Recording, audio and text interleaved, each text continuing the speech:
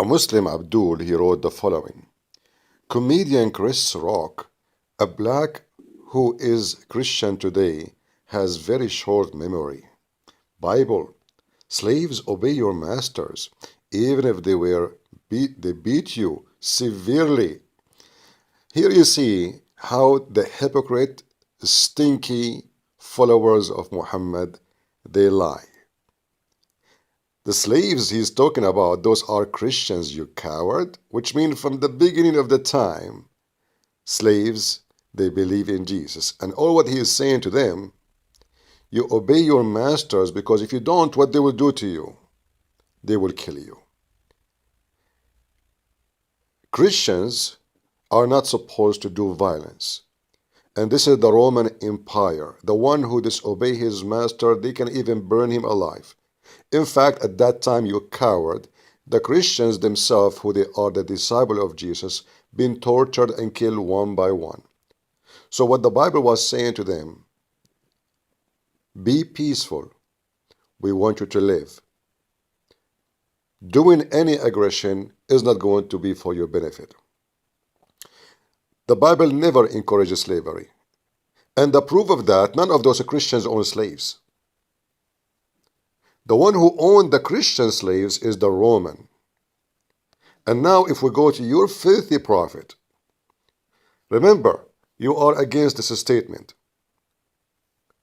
Slaves, obey your master, even if they beat you severely.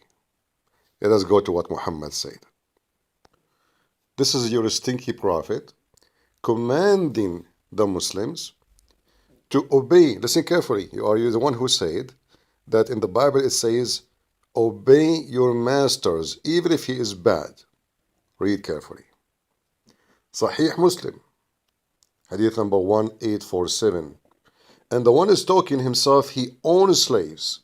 And I will show you just a little list of the slave girls who were in the house of Muhammad, just in a second. Now, your filthy prophet saying the following. You have to obey your master. You will listen and carry his orders. Even if he flagged you, even if he take your wealth, you should listen and obey. Do you see it? Here you see the hypocrisy of the Muhammadan. The one who's saying that, he himself owned tons of slaves. The one who said that in the Bible never owned one. In fact, they themselves, they've been taken into slavery. They themselves, they've been feeded into tigers and cats and lions. Do you see how he used it different? If we ask this filthy Muhammadan, how many slaves his prophet he owned just inside the house?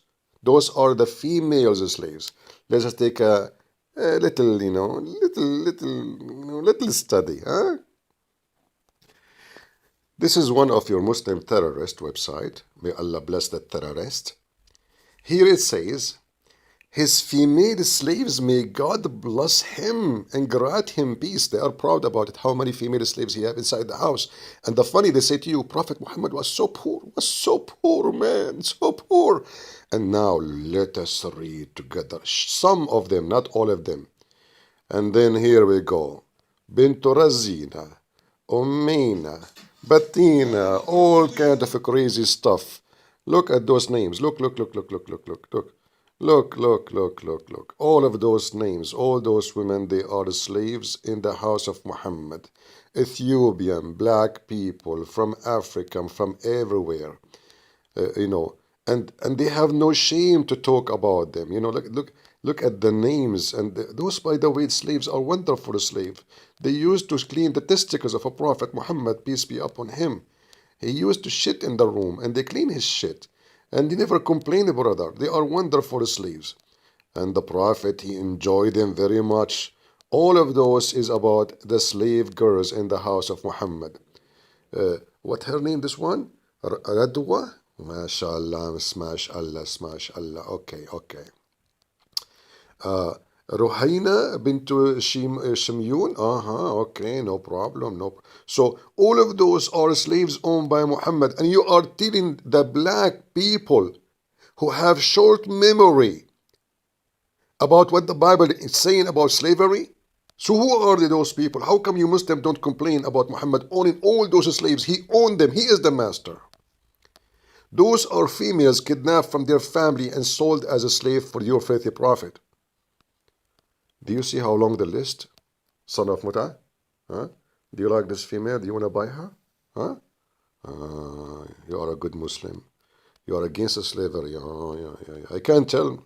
I mean, and the Prophet was so poor, so poor. Yeah, this is Layla. She was the mistress of Aisha. Aisha, she need a few slaves at home. Who is going to do dishes and laundry and clean the sperm of a Prophet Muhammad from her panties?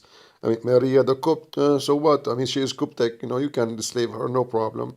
Yeah, And Muhammad, he used to F her too. They claim that he have a son from her. Not only she is a slave, he F the slave. Look at this. I mean, look how beautiful Muhammad, Maymuna, those all of them, they are just sex slaves. Prophet Muhammad is against slavery. I mean, what are you talking about? Prophet Muhammad, he never took slaves. Look, those are the enjoy slavery with Muhammad. I mean, it's an honor. It's an honor, brother. It's an honor.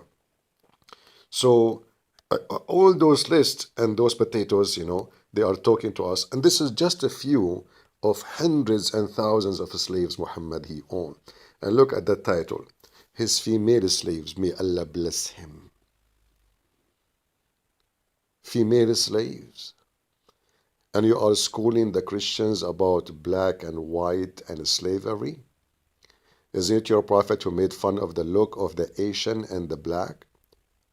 He speak about the Asian that their face like a hammered head. And he called the black people raisin head.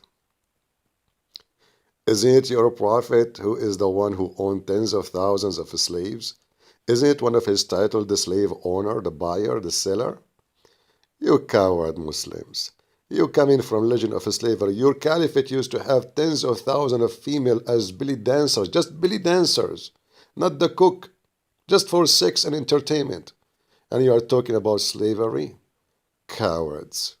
And if you go in the Quran, how many times the word Quran says, in the Quran says, whatever you own in your right hand possess, you can F them. Abdul, you are yourself a slave of Allah. So all your religion from the beginning to the end is a chain of slavery.